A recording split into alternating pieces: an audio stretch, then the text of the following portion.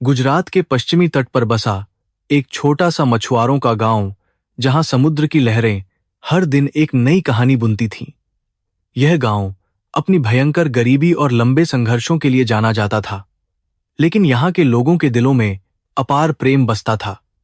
इसी गरीब गांव में देव और अनन्या रहते थे, जिनकी सच्ची प्रेम कहानी पूरे गांव के लिए एक बहुत बड़ी मिसाल थी।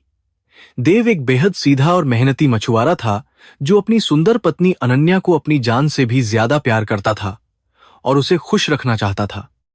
अनन्या गांव की सबसे खूबसूरत और संस्कारी महिला थी, जो भारतीय नारी की महान त्याग और समर्पण की जीती जागती मूरत थी।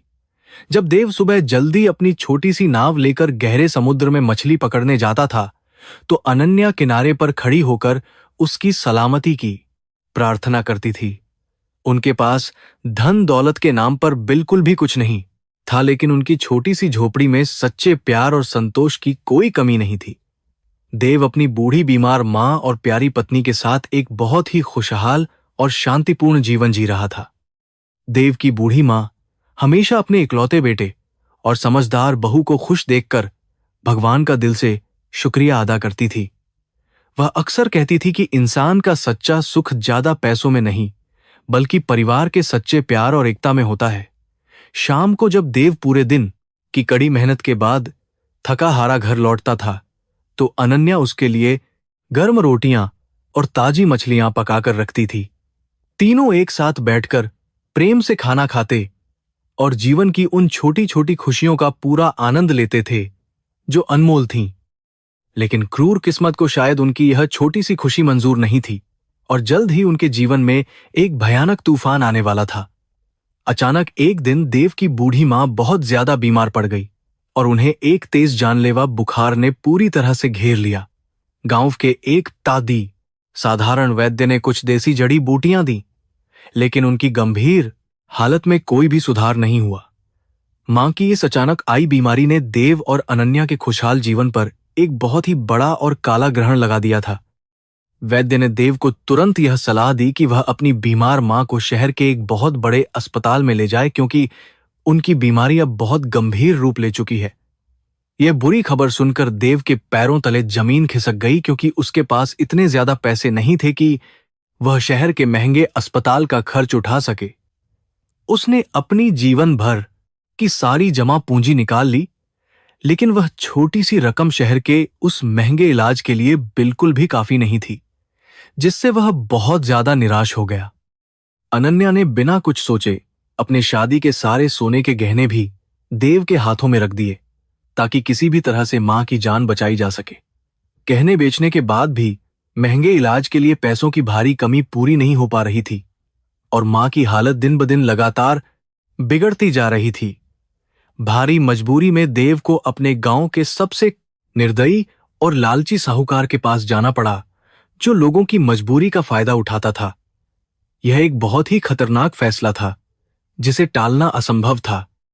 उस दुष्ट साहूकार ने देव की भयंकर मजबूरी का पूरा फायदा उठाते हुए बहुत ही ऊंचे और जानलेवा ब्याज दर पर उसे पैसे उधार दिए। बदले में उस साहूकार ने देव के उस छोटे से घर के सारे कानूनी कागजात अपने पास गिरवी रख लिए, जो उनकी आखिरी संपत्ति थी। देव बहुत अच्छी तरह से जानता था कि यह कर्ज एक बहुत बड़ा जानलेवा जाल है, लेकिन अपनी प्यारी मां की जिंदगी बचाने के लिए उसके पास और कोई दूसरा रास्ता भी नहीं था। उसने रोते हुए वह सारा पैसा अस्पताल में जमा कर दिया। साहूकार से मिले उन पैसों से देव ने अपनी मां का शहर में बहुत ही अच्छा इलाज करवाया, और भगवान की असीम कृपा से उनकी जान बच गई। मां के पूरी तरह से स्वस्थ होकर वापस घर लौटने पर अनन्या ने भगवान को बहुत धन्यवाद दिया, और पूरे घर में खुशी का माहौल छा गया।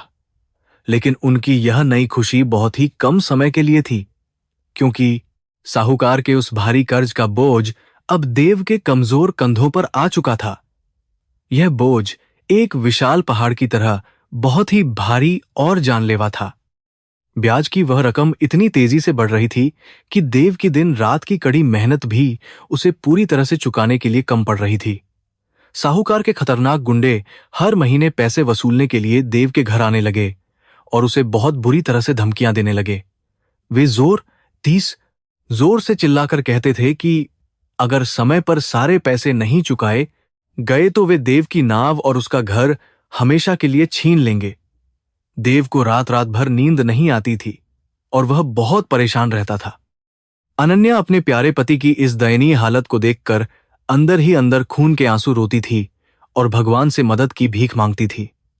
लेकिन वह देव के सामने हमेशा एक चट्टान की तरह मजबूत बनी रहती थी ताकि मुश्किल समय में उसके पति का हौसला कभी भी टूटने न पाए। लगातार बढ़ते उस भारी कर्ज और साहूकार की रोज रोज की धमकियों ने देव को एक बहुत ही कठोर और दर्दनाक निर्णय लेने पर मजबूर कर दिया। उसने तय किया कि वह कुछ समय के लिए शहर जाकर बहुत ज्यादा पैसे कमाएगा। देव ने अपनी मां और पत्नी अनन्या को बताया कि उसे कुछ महीनों के लिए दूर शहर जाना होगा ताकि वह मेहनत मजदूरी करके ज्यादा पैसे कमाकर साहूकार का कर्ज उतार सके। यह भयानक बात सुनकर अनन्या का दिल बुरी तरह से बैठ गया, क्योंकि उसने अपनी जिंदगी में कभी भी अपने पति से दूर रहने की कल्पना तक नहीं की थी। उसने रोते हुए देव के पैर पकड़ लिए और उससे कहा कि वह उसे छोड़कर शहर न जाए और वे सब मिलकर यहीं गांव में कड़ी मेहनत करके उस दुष्ट साहूकार का कर्ज चुका देंगे। लेकिन देव जानता था कि गांव की इस छोटी सी कमाई से साहूकार का वह पहाड़ जैसा कर्ज कभी भी खत्म नहीं होगा और एक दिन वे सड़क पर आ जाएंगे। उसने रोती हुई अनन्या को अपने सीने से लगा लिया और उसे बहुत प्यार से समझाया कि यह दर्दनाक विदाई सिर्फ कुछ ही समय के लिए है। देव ने अपनी आंखों में आंसू लिए अपनी पत्नी से यह पक्का वादा किया कि वह बहुत जल्द ढेर सारे पैसे कमाकर वापस अपने गांव लौट आएगा। वह अपनी मां और पत्नी को किसी भी हाल में दुखी नहीं देख सकता था। गांव के बाहर उस बहुत ही पुराने और पवित्र बरगद के पेड़ के नीचे देव और अनन्या अपनी अंतिम और दर्दनाक विदाई के लिए आमने सामने खड़े थे। हवा में एक अजीब सी खामोशी और उदासी छाई हुई थी और समुद्र की लहरें भी आज कुछ ज्यादा ही दुखी लग रही थीं। अनन्या ने अपने कांपते हुए हाथों से देव के माथे पर एक काला टीका लगाया ताकि उसे शहर की हर बुरी नजर से बचाया जा सके। उसने देव के गले में एक पवित्र धागा भी बांधा और भगवान से उसकी रक्षा की प्रार्थना की। दोनों पति पत्नी की आंखों से लगातार आंसू बह रहे थे और उनका दिल एक दूसरे से दूर जाने के ख्याल से ही बुरी तरह से तड़प रहा था। देव ने भारी कदमों से शहर जाने वाली बस की ओर चलना शुरू किया, लेकिन उसका दिल बार बार पीछे मुड़कर अपनी पत्नी को देखने के लिए मचल रहा था। जब वह बस बहुत सारी धूल उड़ाती हुई शहर की ओर निकल गई तो अनन्या वहीं जमीन पर बैठकर फूट फूट कर बहुत जोर से रोने लगी। उसे ऐसा लग रहा था जैसे उसकी जान निकल गई हो। वह काफी देर तक उस धूल भरी खाली सड़क को लगातार देखती रही, जिस पर उसके पति की बस अभी अभी उसकी आंखों से पूरी तरह ओझल हुई थी।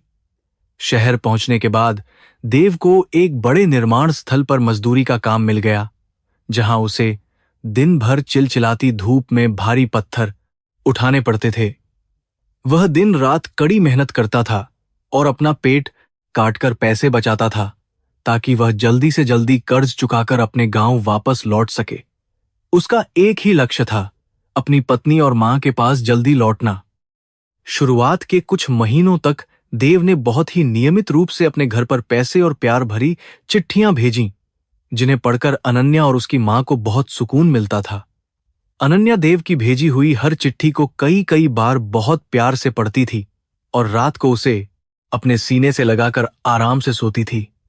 इन चिट्ठियों में देव हमेशा यही लिखता था कि वह बहुत जल्द सारा कर्ज खत्म करके वापस आएगा और फिर वे हमेशा साथ रहेंगे।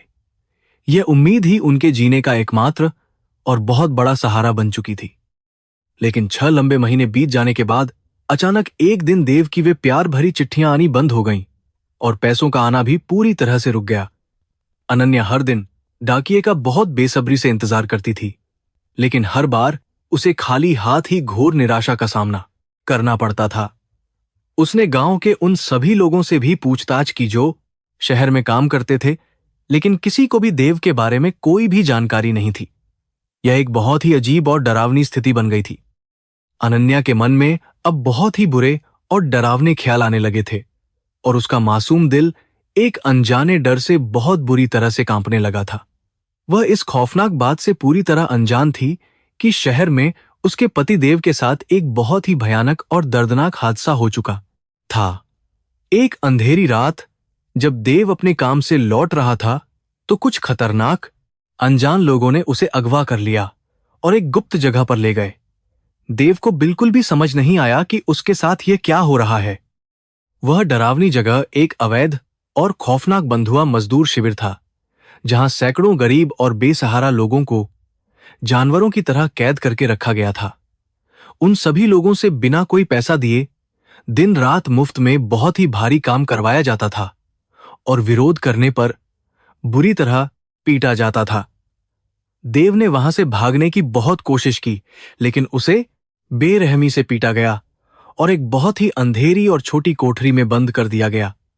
वह जगह किसी नर्क से बिल्कुल भी कम नहीं थी, जहां इंसानियत पूरी तरह मर चुकी थी। उस भयानक और डरावने शिविर में देव को दिन में लगातार 18 घंटे काम करना पड़ता था और खाने के नाम पर सिर्फ 2 सूखी रोटियां दी जाती थीं। हर दिन उसे मोटे कोड़ों से पीटा जाता था और उसकी आत्मा को पूरी तरह से कुचलने की बहुत ही घिनौनी कोशिश की जाती थी। लेकिन देव के दिल में अपनी पत्नी अनन्या का प्यार और अपनी बीमार मां का चेहरा हमेशा जिंदा रहा, जो उसे उस नर्क में भी जीने की ताकत देता था।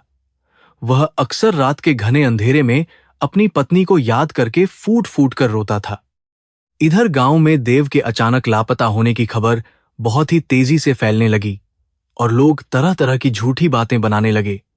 कुछ लोगों का कहना था कि देव शहर की चकाचौंध में पूरी तरह खो गया है और उसने किसी दूसरी अमीर औरत से शादी कर ली है। कुछ का यह भी मानना था कि शहर की किसी बहुत बड़ी दुर्घटना में देव की मौत हो चुकी है और अब वह कभी वापस नहीं आएगा। ये बातें सुनकर अनन्या का दिल खून के आंसू रोता था, लेकिन उसे अपने पति पर पूरा भरोसा था। देव के वापस न आने और गांव वालों की चुभने वाली झूठी बातों ने देव की बीमार बूढ़ी मां को अंदर से बहुत बुरी तरह से तोड़ दिया था। अपने इकलौते बेटे के वियोग में उन्होंने खाना पीना पूरी तरह से छोड़ दिया और हर समय बस अपने घर के दरवाजे की तरफ ही देखती रहती थीं। उनकी हालत दिन ब दिन बहुत ज्यादा बिगड़ने लगी और उनके कमजोर शरीर ने भी उनका साथ देना पूरी तरह से छोड़ दिया था। अनन्या अपनी सास की यह दर्दनाक हालत देखकर बहुत ज्यादा दुखी होती थी और बहुत रोती थी। एक बहुत ही डरावनी और तूफानी रात को जब बाहर तेज बारिश हो रही थी, तब देव की बीमार मां ने अपनी जिंदगी की अंतिम सांसें गिनी। मरने से ठीक पहले उन्होंने अनन्या का कांपता हुआ हाथ अपने हाथों में लिया और बहुत ही रोते हुए कहा कि उनके बेटे का हमेशा इंतजार करना। उन्होंने कहा कि उनका दिल बहुत अच्छी तरह जानता है कि उनका बेटा देव एक दिन जरूर वापस आएगा और उनके परिवार के अच्छे दिन फिर से लौटेंगे। इतना कहने के बाद उनकी आंखें हमेशा के लिए बंद हो गईं और वह मर गईं। अपनी प्यारी सास के अचानक निधन के बाद अनन्या पूरी तरह से टूट चुकी थी और उसे अपने जीवन में कोई भी रोशनी नजर नहीं आ रही थी। उस लालची साहूकार ने भी अपना घर खाली करने का एक सख्त कानूनी नोटिस भेज दिया था, क्योंकि अब ब्याज की रकम मूलधन से भी कई गुना ज्यादा हो चुकी थी। लेकिन अनन्या ने हार नहीं मानी और उसने यह तय किया कि वह अपने पति के सम्मान और इस छोटे से घर को किसी भी कीमत पर बचाएगी। उसने खुद समुद्र में मछली पकड़ने का काम शुरू कर दिया। गांव के लोगों ने शुरू में अनन्या का बहुत मजाक उड़ाया, क्योंकि मछलियां पकड़ना और नाव चलाना सिर्फ आदमियों का ही काम माना जाता था। लेकिन अनन्या ने किसी की बातों पर बिल्कुल भी ध्यान नहीं दिया और वह हर सुबह अपनी छोटी सी नाव लेकर गहरे समुद्र में निकल जाती थी। वह दिन भर कड़ी धूप और तेज लहरों का डटकर सामना करती थी, ताकि वह साहूकार का कर्ज चुका सके और अपने घर को सुरक्षित रख सके। उसकी इस बेजोड़ मेहनत और लगन को देखकर पूरे गांव के लोगों ने उसका सम्मान करना शुरू कर दिया। इस तरह दिन बीते, महीने गुजरे और फिर पूरे 5 साल का एक बहुत ही लंबा समय बीत गया, लेकिन देव का कहीं कोई अता पता नहीं था। अनन्या के खूबसूरत चेहरे की वह पुरानी चमक अब लगातार मेहनत और लंबे इंतजार की गहरी झुर्रियों में पूरी तरह से तब्दील होने लगी थी। लेकिन उसकी आंखों में अपने पति देव के लौटने की उम्मीद आज भी एक पवित्र दिए की तरह जल रही थी, जो किसी भी तूफान से नहीं बुझ सकती थी। वह हर शाम उसी पुराने बरगद के पेड़ के नीचे जाकर खड़ी होती थी। गांव की कई महिलाओं ने अनन्या को फिर से दूसरी शादी करने की सलाह दी, क्योंकि वह अभी भी बहुत युवा थी और उसका जीवन बहुत लंबा था। लेकिन अनन्या ने हर बार बहुत ही शांति से मुस्कुराकर यही जवाब दिया कि उसका यह जीवन और उसका शरीर सिर्फ और सिर्फ उसके पातिथरा था, पतिदेव का है। वह हमेशा कहती थी कि भारतीय विवाह कोई कपड़े बदलने का खेल नहीं है, बल्कि यह पूरे 7 जन्मों का एक बहुत ही पवित्र बंधन है। उसका यह अटूट विश्वास और सच्चा प्रेम देखकर गांव के लोग भी उसके सामने नतमस्तक हो जाते थे। अनन्या को इस बात का पूरा विश्वास था कि इंसान का कर्म कभी भी व्यर्थ नहीं जाता है और एक दिन भगवान उसके साथ जरूर न्याय करेंगे। वह मानती थी कि अगर उसके सच्चे प्यार में ताकत है तो इस पूरे ब्रह्मांड की कोई भी चीज देव को उससे हमेशा के लिए दूर नहीं रख सकती। उसने अपनी मरती हुई सास को दिया हुआ वह वादा कभी नहीं भुलाया, जिसमें उसने अपने जीवन की अंतिम सांस तक देव का इंतजार करने की कसम खाई थी। लेकिन समय का पहिया अब एक नई और खतरनाक साजिश रच रहा था। 5 साल का यह लंबा और दर्द भरा समय अब पूरी तरह से बीत चुका था और अनन्या की बेचारी जिंदगी एक मशीन की तरह बन गई थी। वह सुबह सुबह अपने काम पर जाती और शाम को उसी खाली रास्ते पर अपनी आंखें बिछाकर बैठ जाती, जहां से देव को एक दिन वापस आना था। उसके देव को एक दिन वापस आना था।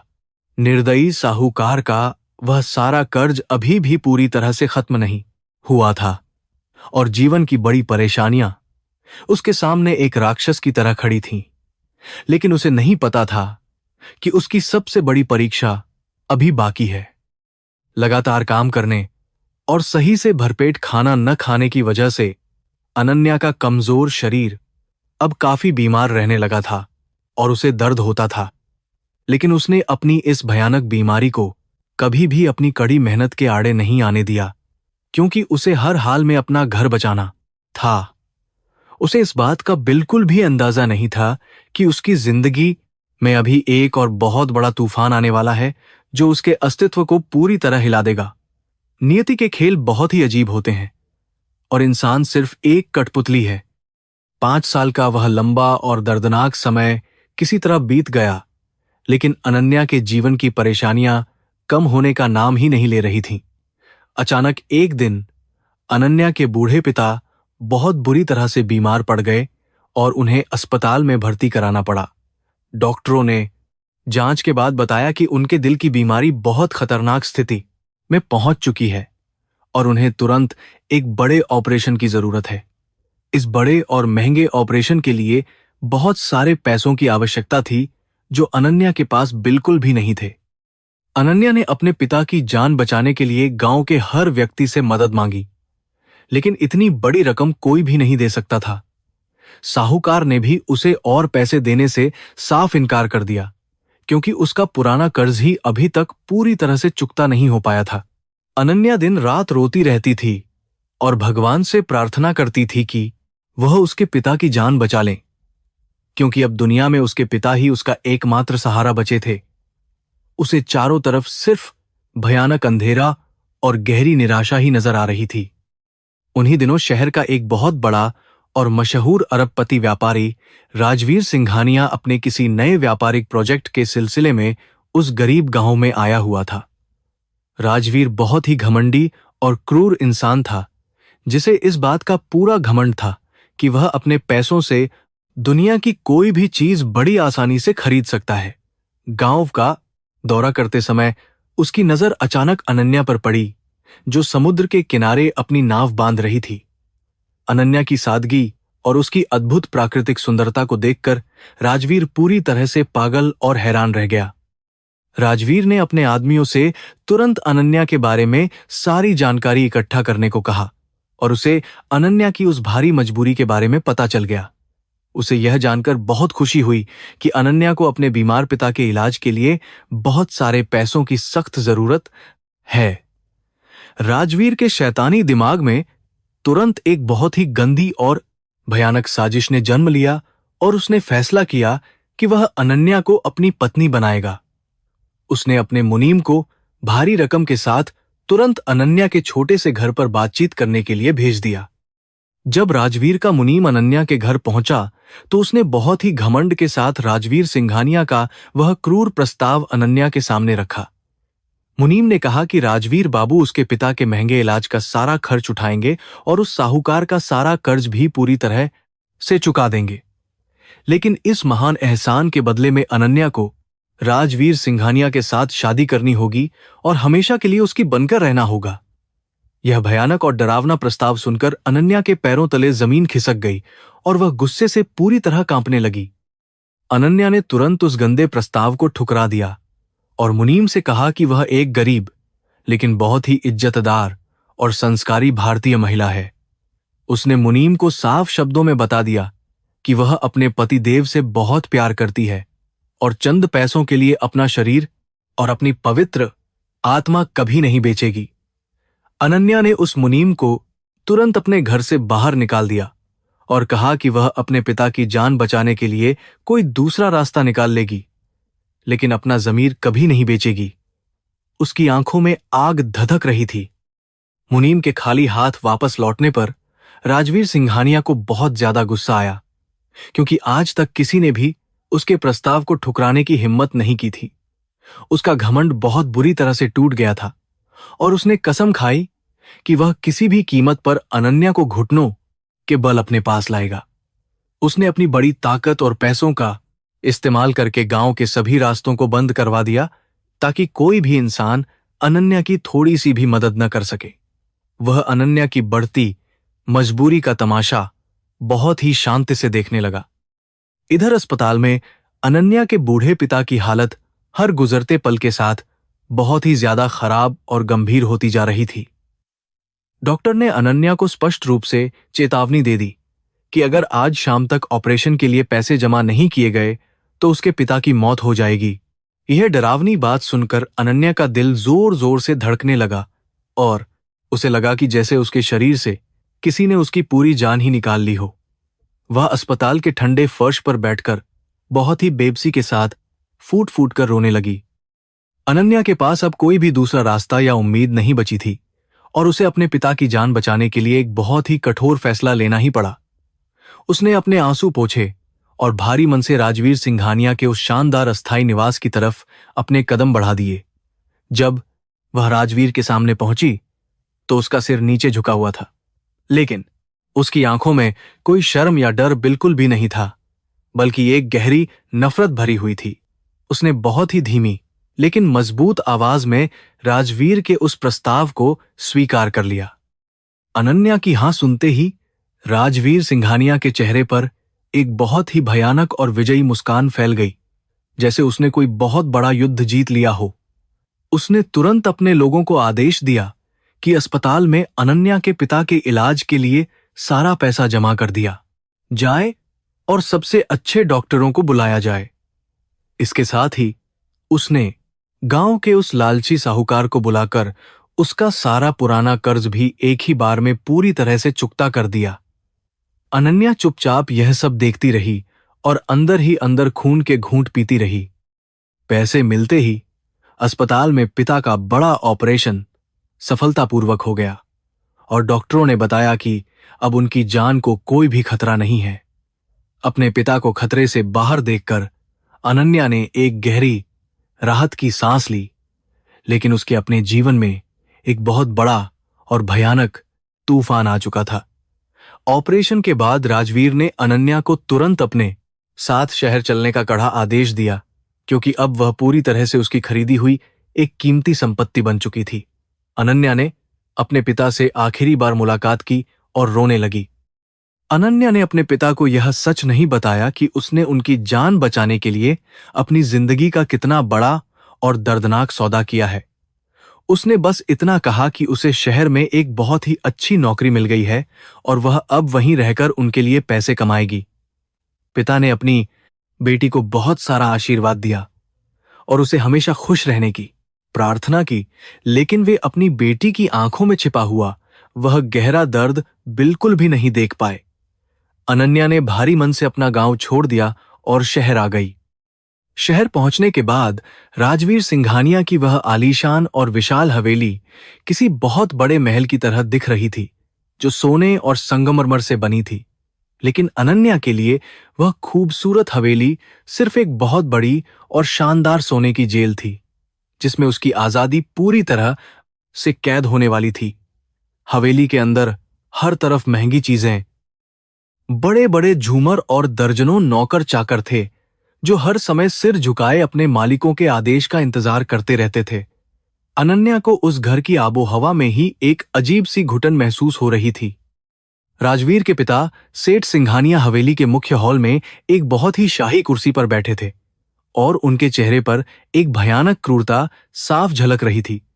वे एक बहुत ही खतरनाक और शातिर इंसान थे, जिन्होंने अपने काले कारनामों और गरीबों के खून पसीने से यह विशाल साम्राज्य खड़ा किया था।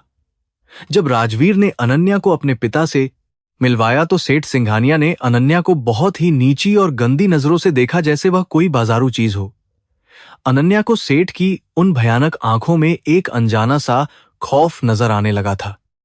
राजवीर ने अनन्या को एक बहुत ही शानदार और बड़े कमरे में रखा, जहां उसकी हर जरूरत और सुख सुविधा का पूरा ध्यान रखा जाता था। उसे पहनने के लिए बहुत ही महंगे रेशमी कपड़े और असली सोने हीरे के कीमती आभूषण दिए गए, जो किसी भी आम लड़की का सपना हो सकते थे। लेकिन अनन्या ने उन महंगी चीजों को कभी भी छूना पसंद नहीं किया, क्योंकि वे चीजें उसे उसकी उस भारी मजबूरी और बेबसी की याद दिलाती थीं। वह घंटों अपनी खिड़की के पास बैठी रहती और अपने पति देव की यादों में चुपचाप रोती रहती थी। राजवीर अक्सर रात को शराब पीकर अनन्या के कमरे में आता था और उसे अपनी दौलत और ताकत की बहुत ही झूठी कहानियां सुनाता रहता था। वह अनन्या से कहता था कि उसे अपने उस गरीब पति देव को अब पूरी तरह से भूल जाना चाहिए, क्योंकि वह कभी भी वापस नहीं आएगा।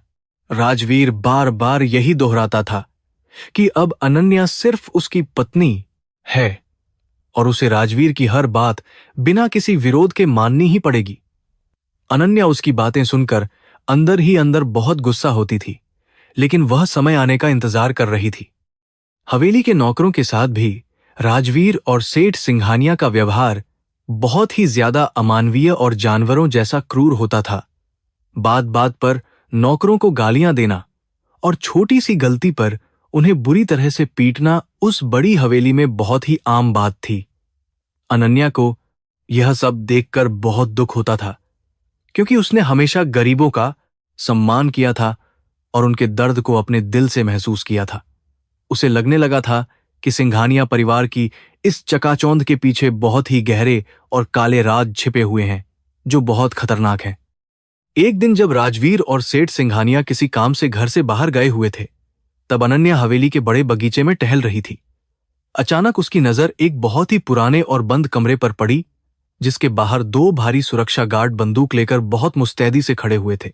अनन्या को उस कमरे के बारे में जानने की बहुत ज्यादा उत्सुकता हुई, क्योंकि उस कमरे का दरवाजा लोहे का बना था और उस पर बहुत बड़ा ताला लगा था। उसने एक नौकरानी से उस रहस्यमयी कमरे के बारे में बहुत ही धीरे से पूछताछ की। नौकरानी ने बहुत ही डरते हुए और अपनी आवाज को धीमा करते हुए बताया कि वह कमरा सेठ सिंघानिया का सबसे मुख्य और गुप्त दफ्तर है। उसने कहा कि उस कमरे में जाना किसी के लिए भी पूरी तरह से मना है और जो भी वहां जाने की कोशिश करता है उसे जान से मारा दिया जाता है। नौकरानी की बातें सुनकर अनन्या का शक और भी ज्यादा गहरा हो गया और उसे लगा कि उस कमरे में जरूर कुछ ऐसा है जिसे दुनिया से छिपाया जा रहा है। उसने तय किया कि वह उस कमरे का पूरा सच जानकर ही रहेगी। अगली रात जब पूरी हवेली गहरी नींद में सो रही थी और चारों तरफ एक डरावना सन्नाटा पसरा हुआ था, तब अनन्या बहुत ही चुपके से उठी। उसने देखा कि गुप्त कमरे के बाहर खड़े गार्ड शराब पीकर बहुत बुरी तरह से सो रहे थे और कमरे का भारी ताला भी ठीक से बंद नहीं था। अनन्या का दिल बहुत तेजी से धड़क रहा था, लेकिन उसने अपनी हिम्मत जुटाई और बहुत ही सावधानी से उस भारी लोहे के दरवाजे को धीरे से धक्का दिया। दरवाजा बिना किसी आवाज के खुल गया और वह उस अंधेरे कमरे के अंदर घुस गई। कमरे के अंदर बहुत ही हल्का सा प्रकाश था और वहां कई बड़ी बड़ी लोहे की अलमारियां रखी थीं, जिनमें हजारों मोटे और पुराने रजिस्टर भरे हुए थे। अनन्या ने कांपते हुए हाथों से एक रजिस्टर निकाला और जब उसने उसे खोलकर पढ़ा तो उसकी आंखें पूरी तरह से फटी रह गईं। उस रजिस्टर में उन सभी गरीब और बेसहारा मजदूरों के नाम और पते लिखे हुए थे जिन्हें सिंघानिया परिवार ने जबरन अगवा करके अपने अवैध शिविरों में बंधक बना रखा था। यह एक बहुत ही खौफनाक और इंसानियत को शर्मसार करने वाला भयानक सच था। अनन्या ने जल्दी जल्दी कई और रजिस्टर चेक किए और उसे यह जानकर गहरा सदमा लगा कि सिंघानिया परिवार एक बहुत ही बड़ा मानव तस्करी का रैकेट चला रहा है। वे लोग गरीब लोगों को कर्ज का झांसा देकर शहर लाते थे और फिर उन्हें हमेशा के लिए अपने काले कारखानों में जानवरों की तरह कैद कर देते थे। इन डायरियों में उन सभी दर्दनाक मौतों का भी पूरा हिसाब रखा गया था जो भूख और भयानक बीमारियों के कारण उन शिविरों में हुई थीं।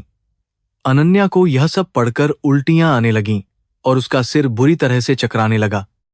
तभी अचानक अनन्या की नजर एक बहुत ही पुराने रजिस्टर पर पड़ी जिस पर उस साल की तारीख लिखी थी जब उसका पतिदेव लापता हुआ था।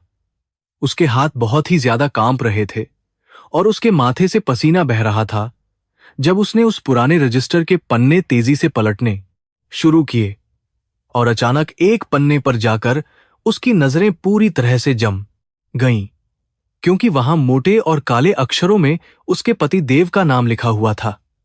देव का नाम उस अवैध मजदूर शिविर की सूची में देखकर अनन्या का दिल जोर से रो पड़ा। उस रजिस्टर में देव के नाम के आगे साफ अक्षरों में लिखा था कि उसे 5 साल पहले गांव से अगवा करके पत्थर की खदान वाले कैंप में भेजा गया था। इसका मतलब यह था कि उसका पति देव बिल्कुल जिंदा था और इन क्रूर राक्षसों ने उसे अपने निजी फायदे के लिए बहुत ही बुरी तरह से कैद कर रखा था। यह भयानक सच्चाई जानकर अनन्या की आंखों से आंसुओं की नदियां बहने लगीं और उसे अपने देव के उस भयानक दर्द का गहरा एहसास होने लगा। वह वहीं फर्श पर गिर पड़ी और अपने मुंह को हाथों से दबा लिया। 5 साल का वह लंबा दर्द जो उसने अकेले सहा था वह आज एक भयंकर आग में पूरी तरह से बदल चुका था जो उसे अंदर से जला रही थी। उसे यह सोचकर ही भयानक घिन आ रही थी कि वह उसी घर में रह रही है जिन लोगों ने उसके निर्दोष पति की जिंदगी नर्क बना दी है। उसकी आंखों के आंसू अब पूरी तरह सूख चुके थे और उनकी जगह एक भयानक और विनाशकारी गुस्से ने ले ली थी। उसने वहीं जमीन पर बैठकर एक बहुत बड़ी कसम खाई। अनन्या ने कसम खाई कि वह इन दुष्ट राक्षसों को कभी भी माफ नहीं करेगी और अपने पति के हर एक दर्द का बहुत ही भयानक बदला लेगी।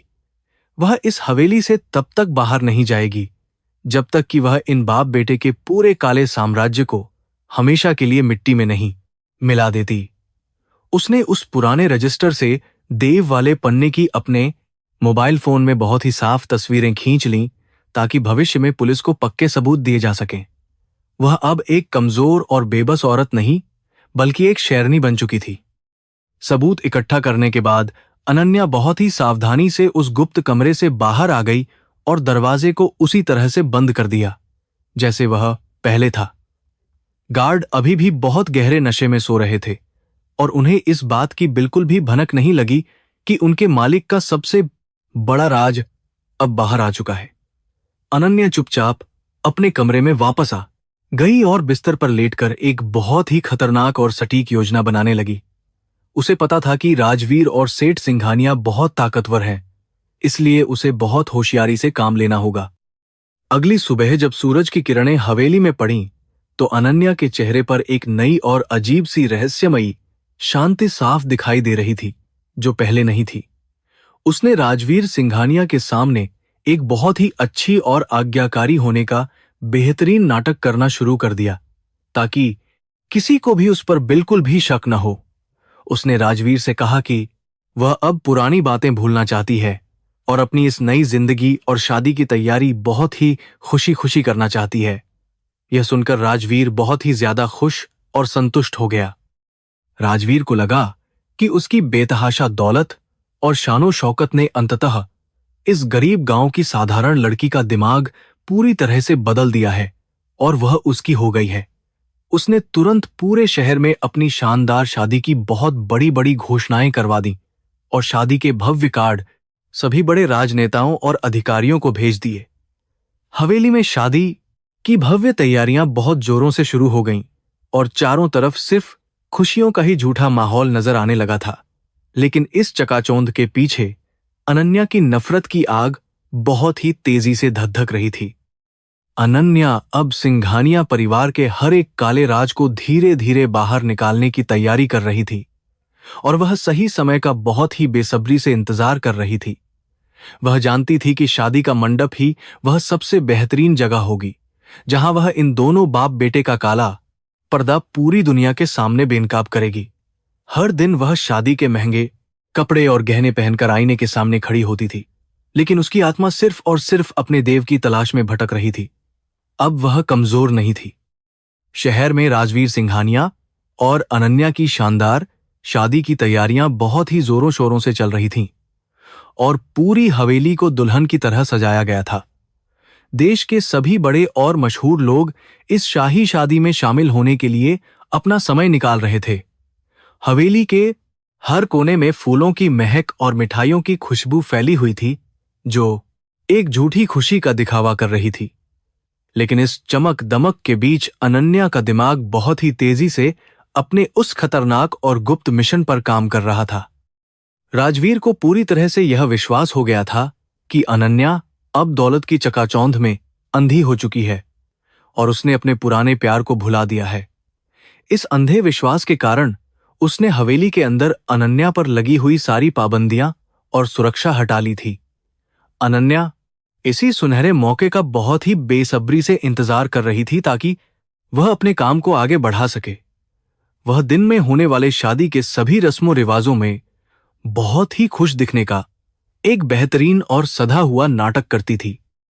रात के अंधेरे में जब हवेली के सारे लोग गहरी नींद में सो जाते थे, तब अनन्या अपने कमरे से चुपचाप बाहर निकलकर सबूत इकट्ठा करने लगती थी। उसने उस गुप्त दफ्तर की चाबियों का एक नकली जोड़ा बड़ी होशियारी से बनवा लिया था ताकि उसे बार बार कोई परेशानी न हो। वह रोज रात को वहां जाकर पुलिस के भ्रष्ट अधिकारियों और बड़े राजनेताओं के नाम लिखती थी जो इस काले धंधे में सिंघानिया के साथ शामिल थे। उसने यह सारा डाटा एक सुरक्षित पेन ड्राइव में बहुत ही सावधानी से छिपा लिया था। सिंघानिया परिवार के उन काले रजिस्टरों को पढ़ते हुए अनन्या का खून गुस्से से खौलता था और उसकी आंखों में नफरत की आग साफ दिखाई देती थी।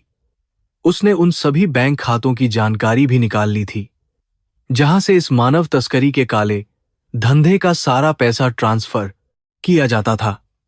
उसे यह भी पता चल गया था कि उसका पति देव शहर से बहुत दूर एक सुनसान पहाड़ी इलाके में स्थित पत्थर की खदान में कैद है। यह खदान चारों तरफ से घने जंगलों और ऊंची कंटीली तारों से बहुत मजबूती से घिरी हुई थी। दूसरी तरफ शहर की चकाचौंध से बहुत दूर उस भयानक पत्थर की खदान में जिंदगी और मौत के बीच एक बहुत ही डरावना और दर्दनाक संघर्ष चल रहा था। देव का शरीर अब बिल्कुल सूख कर कांटा हो चुका था और उसके पूरे शरीर पर कोड़ों की मार के गहरे और भयानक निशान बना चुके थे। लगातार 5 सालों की उस अमानवीय प्रताड़ना ने उसकी शारीरिक ताकत को तो पूरी तरह से खत्म कर दिया था, लेकिन उसकी आत्मा अभी भी जिंदा थी। उसकी आंखों में अपनी पत्नी अनन्या से दोबारा मिलने की आग अभी तक धधक रही थी।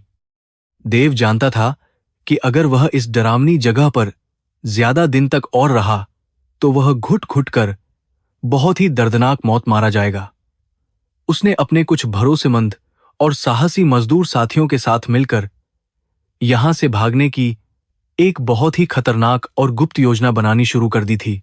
वे सभी लोग रात को अपनी बैरक में बहुत ही धीमी आवाज में बात करते थे ताकि किसी भी पहरेदार को उन पर थोड़ा सा भी शक न हो। उन्हें बस एक सही मौके और एक डरावनी अंधेरी रात का बेसब्री से इंतजार था। देव ने कई महीनों तक खदान के सारे सुरक्षा चक्र और पहरेदारों की हर एक गतिविधि का बहुत ही बारीकी से और चुपचाप अध्ययन किया था। उसने देखा था कि हर महीने की 15 तारीख की रात को खदान में राशन और शराब का एक बहुत बड़ा ट्रक शहर से लाया जाता था। उस रात सभी पहरेदार शराब के भारी नशे में धुत होकर अपनी ड्यूटी ठीक से नहीं करते थे और सुरक्षा व्यवस्था बहुत ज्यादा कमजोर हो जाती थी। देव ने इसी दिन का फायदा उठाकर अपनी आजादी की वह महान योजना तैयार की थी। योजना के अनुसार देव और उसके 3 अन्य साथी उस रात बैरक की एक बहुत ही पुरानी और कमजोर खिड़की की लोहे की छड़ें काटकर बाहर निकलेंगे। उसके बाद वे अंधेरे का फायदा उठाते हुए कंटीली तारों की उस बाड़ तक पहुंचेंगे जहां बिजली का करंट कुछ देर के लिए जानबूझकर बंद किया जाएगा। देव का एक साथी जो जनरेटर रूम में काम करता था, उसने मुख्य तार को काटने की बहुत ही खतरनाक जिम्मेदारी अपने ऊपर ले ली थी। यह एक करो या मरो वाली स्थिति थी जिसमें थोड़ी सी भी चूक से मौत निश्चित थी। आखिरकार वह बहुप्रतीक्षित रात आ ही गई जब आसमान में काले घने बादल छाए हुए थे और बहुत ही तेज तूफानी हवाएं डरावनी आवाज के साथ चल रही थीं। मौसम भी मानो देव और उसके साथियों की इस खतरनाक योजना का पूरा साथ दे रहा था, क्योंकि तेज बारिश के कारण पहरेदार अपने कमरों में दुबक गए थे। राशन का बड़ा ट्रक खदान के अंदर आ चुका था और सभी क्रूर पहरेदार मुफ्त की शराब पीकर अपनी होश हवास पूरी तरह से खोने लगे थे। देव का दिल बहुत ही तेज गति से धड़क रहा था।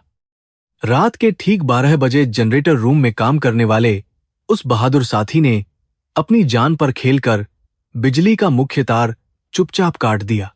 अचानक पूरी खदान में एक गहरा अंधेरा छा गया और सायरन की आवाज को भी बारिश के उस शोर ने पूरी तरह से दबा दिया। देव और उसके बारिश के प्राला 3 साथियों ने तुरंत अपनी बैरक की उन ढीली छड़ों को पूरी ताकत लगाकर निकाल दिया और बाहर कूद गए। उनका शरीर कीचड़ में सना हुआ था, लेकिन आजादी की चाहत उन्हें आगे बढ़ा रही थी। वे चारों जमीन पर पेट के बल रेंगते हुए और बहुत ही सावधानी से कंटीली तारों की उस ऊंची और डरावनी बाड़ की तरफ धीरे धीरे बढ़ने लगे। रास्ते में कई बार उन्हें ऐसा लगा कि पहरेदार उन्हें देख लेंगे, लेकिन वे किस्मत के बहुत धनी थे और अंधेरे ने उन्हें पूरी तरह से बचा लिया। बाड़ के पास पहुंचकर उन्होंने देखा कि बिजली सच में कटी हुई थी और अब उन्हें बस उन तेज और धारदार तारों को पार करना था। देव ने अपनी शर्ट उतारकर तारों पर डाल दी ताकि उनके शरीर को ज्यादा नुकसान न हो। बाड़ पार करते समय एक साथी का पैर फिसल गया और वह बहुत ही तेज आवाज के साथ पास की एक गहरी खाई में जा गिरा। यह भयानक आवाज सुनकर शराब के नशे में धुत एक पहरेदार अपनी राइफल लेकर तुरंत उस दिशा में दौड़ पड़ा और उसने अंधाधुंध गोलियां चलानी शुरू कर दी। एक गोली देव के कंधे को बहुत ही हल्के से छूती हुई निकल गई, लेकिन उसने अपनी चीख को अपने होठों के बीच ही दबा लिया। वह जानता था कि अगर वह यहां रुका तो उसका सपना और उसकी जान दोनों खत्म हो जाएंगे। देव और उसके बचे हुए 2 साथी अपनी पूरी जान लगाकर उस घने और डरावने जंगल की तरफ बहुत तेजी से भागने लगे जो खदान के पीछे था। उनके पैरों में जूते नहीं थे और नुकीले पत्थर उनके तलवों को बुरी तरह से चीर रहे थे, लेकिन दर्द का उन्हें कोई भी एहसास नहीं हो रहा था। पीछे से पहरेदारों की चिल्लाने की आवाजें और कुत्तों के भौंकने की डरावनी आवाजें अभी भी उनके कानों में बहुत ही साफ गूंज रही थीं। वे लगातार 3 घंटे तक बिना रुके उस भयानक बारिश और जंगल में दौड़ते ही रहे। जब सुबह की पहली किरण उस घने जंगल में पड़ी तो देव ने अपने आप को एक छोटी सी पहाड़ी नदी के किनारे पूरी तरह से सुरक्षित पाया। उसके साथी भी बुरी तरह से हाँफ रहे थे, लेकिन उनके चेहरों पर 5 साल बाद खुली हवा में सांस लेने की एक अद्भुत और असीम खुशी झलक रही थी। देव ने नदी के उस ठंडे पानी से अपने घावों को धोया और अपनी आंखों से खुशी के अनमोल आंसू छलकने दिए। वह आजाद हो चुका था और अब उसकी मंजिल सिर्फ और सिर्फ उसकी प्यारी पत्नी अनन्या थी। दूसरी तरफ शहर की उस शानदार हवेली में अनन्या अपनी शादी के लाल जोड़े को बहुत ही उदास नजरों से देख रही थी जो कल उसे पहनना था। हवेली में मेहमानों की भीड़ जमा होने लगी थी और हर तरफ सिर्फ शहनाई की मधुर आवाजें गूंज रही थीं जो अनन्या के दिल को चीर रही थीं। उसने अपना वह सारा सुरक्षित डाटा और सबूत एक बहुत ही ईमानदार और निडर पत्रकार को भेजने की पूरी तैयारी कर ली थी जिस पर उसे भरोसा था। वह पत्रकार उन सभी दस्तावेजों को सही समय पर पुलिस कमिश्नर को सौंपने वाला था। राजवीर सिंघानिया ने अनन्या के लिए लाखों रुपए का एक बहुत ही कीमती हीरो का हार मंगवाया था और वह उसे पहनाने के लिए अनन्या के कमरे में आया। राजवीर ने बहुत ही घमंड से कहा कि यह हार दुनिया की सबसे खुशकिस्मत दुल्हन के लिए है, जिसे उसने जमीन से उठाकर आसमान पर बिठा दिया है। अनन्या ने एक बहुत ही झूठी मुस्कान के साथ उस हार को स्वीकार कर लिया, लेकिन उसने राजवीर को उसे छूने की बिल्कुल भी इजाजत नहीं दी। वह मन ही मन में इस क्रूर राक्षस के अंत का समय गिन रही थी। जंगल में देव और उसके साथियों ने एक बहुत ही छोटे और गरीब गांव में पनाह ली, जहां के दयालु लोगों ने उन्हें खाना और पुराने कपड़े दिए। देव ने गांव वालों से शहर जाने का रास्ता पूछा और उन्हें यह जानकर बहुत हैरानी हुई कि वह शहर यहां से पूरे 2 दिन की दूरी पर स्थित है। देव के पास बिल्कुल भी पैसे नहीं थे, लेकिन उसके दिल में अपनी पत्नी से मिलने की वह तड़प उसे कोई भी भारी कीमत चुकाने पर मजबूर कर सकती थी। उसने तय किया कि वह पैदल ही उस लंबे सफर पर निकलेगा। देव ने अपने दोनों साथियों को उसी सुरक्षित गांव में रुकने के लिए कहा और खुद एक बहुत ही मजबूत लकड़ी के सहारे शहर की तरफ पैदल ही निकल पड़ा। उसका शरीर पूरी तरह से टूट चुका था और घावों में भयंकर दर्द हो रहा था, लेकिन उसके कदमों की रफ्तार बिल्कुल भी कम नहीं हो रही थी। रास्ते में उसने कई ट्रकों और गाड़ियों से मदद मांगी, लेकिन उसकी यह डरावनी और गंदी हालत देखकर किसी ने भी अपनी गाड़ी नहीं रोकी। वह दिन रात बस चलता ही जा रहा था और उसे कुछ भी होश नहीं था। जब देव लगातार चलते हुए शहर के बाहरी इलाके में पहुंचा, तो उसे एक पुरानी चाय की दुकान पर कुछ लोग अखबार पढ़ते हुए नजर आए। उस अखबार के पहले पन्ने पर एक बहुत ही बड़ी और रंगीन तस्वीर छपी थी, जिसे देखकर देव के पैरों तले से जमीन पूरी तरह खिसक गई। वह तस्वीर किसी और की नहीं, बल्कि उसकी प्यारी पत्नी अनन्या और उस मशहूर अरबपति राजवीर सिंघानिया की होने वाली शाही शादी की थी। देव की आंखें फटी की फटी रह गईं और उसका दिल जोर से चीखने लगा। यह कैसे संभव हो सकता था? देव के दिमाग में भयानक और नकारात्मक विचार आने लगे कि शायद अनन्या ने गरीबी से तंग आकर इस अमीर आदमी से शादी कर ली है। 5 साल का लंबा समय किसी भी इंसान का मन बदल सकता है, और यही सोचकर देव की आंखों से आंसू बहुत तेजी से बहने लगे थे। लेकिन फिर उसे अपनी अनन्या का पवित्र और मासूम चेहरा याद आया, जिसने बरगद के पेड़ के नीचे उसे रोते हुए विदाई दी थी। देव की अंतरात्मा चीख कर कह रही थी कि उसकी पत्नी उसे कभी धोखा नहीं दे सकती। देव ने अपना वह सारा दर्द और अपना शक एक तरफ रखा और उसने यह तय किया कि वह खुद अपनी आंखों से इस डरावनी सच्चाई को देखेगा। उसने उस चाय वाले से सिंघानिया हवेली का पता पूछा और अपनी बची खुची सारी ताकत बटोरकर उस शानदार हवेली की तरफ तेज कदमों से दौड़ पड़ा। उसे हर हाल में अपनी पत्नी से बात करनी थी और यह जानना था कि उसने यह भयानक फैसला किस भारी मजबूरी में आकर लिया है। उसके दिल में उम्मीद की एक बहुत ही छोटी सी लेकिन मजबूत किरण अभी भी बाकी थी। सिंघानिया हवेली के बाहर हजारों लोगों की भारी भीड़ और कई बड़े बड़े मीडिया और टीवी चैनलों के कैमरे इस शाही शादी को कवर करने के लिए लगे हुए थे। सुरक्षा के बहुत ही कड़े और भारी इंतजाम किए गए थे और किसी भी आम या गरीब इंसान को अंदर जाने की बिल्कुल भी इजाजत नहीं दी जा रही थी। देव की यह फटे हाल और भिखारियों जैसी स्थिति देखकर गेट पर खड़े सुरक्षा गार्डों ने उसे बहुत बुरी तरह से धक्का देकर सड़क पर गिरा दिया, लेकिन देव हार मानने वाले उन कमजोर लोगों में से बिल्कुल भी नहीं था। देव ने हवेली के पीछे वाले एक छोटे और गुप्त रास्ते की तलाश की, जहां से रसोई का सामान अंदर जा रहा था।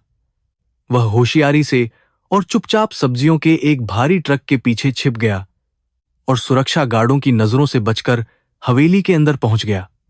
हवेली के अंदर का वह शानदार और आलीशान नजारा देखकर देव की आंखें बुरी तरह चौंधिया गईं, क्योंकि उसने अपनी जिंदगी में इतनी दौलत कभी नहीं देखी थी। यह जगह किसी बहुत बड़े और सुंदर सपने जैसी ही लग रही थी। हवेली का मुख्य आंगन बहुत ही खूबसूरत लाल और सफेद फूलों से सजाया गया था और बीच में एक बहुत ही भव्य और विशाल शादी का मंडप बनाया गया था। चारों तरफ बड़े बड़े लोग महंगे और शानदार कपड़े पहनकर घूम रहे थे और तरह तरह के स्वादिष्ट पकवानों की अच्छी खुशबू हवा में पूरी तरह से फैली हुई थी। देव एक बड़े से खंभे के पीछे छिपकर खड़ा हो गया और अपनी नजरें उस भव्य मंडप की तरफ पूरी तरह से गढ़ाए हुए था, जहां अभी कुछ ही देर में शादी की रस्में शुरू होने वाली थीं।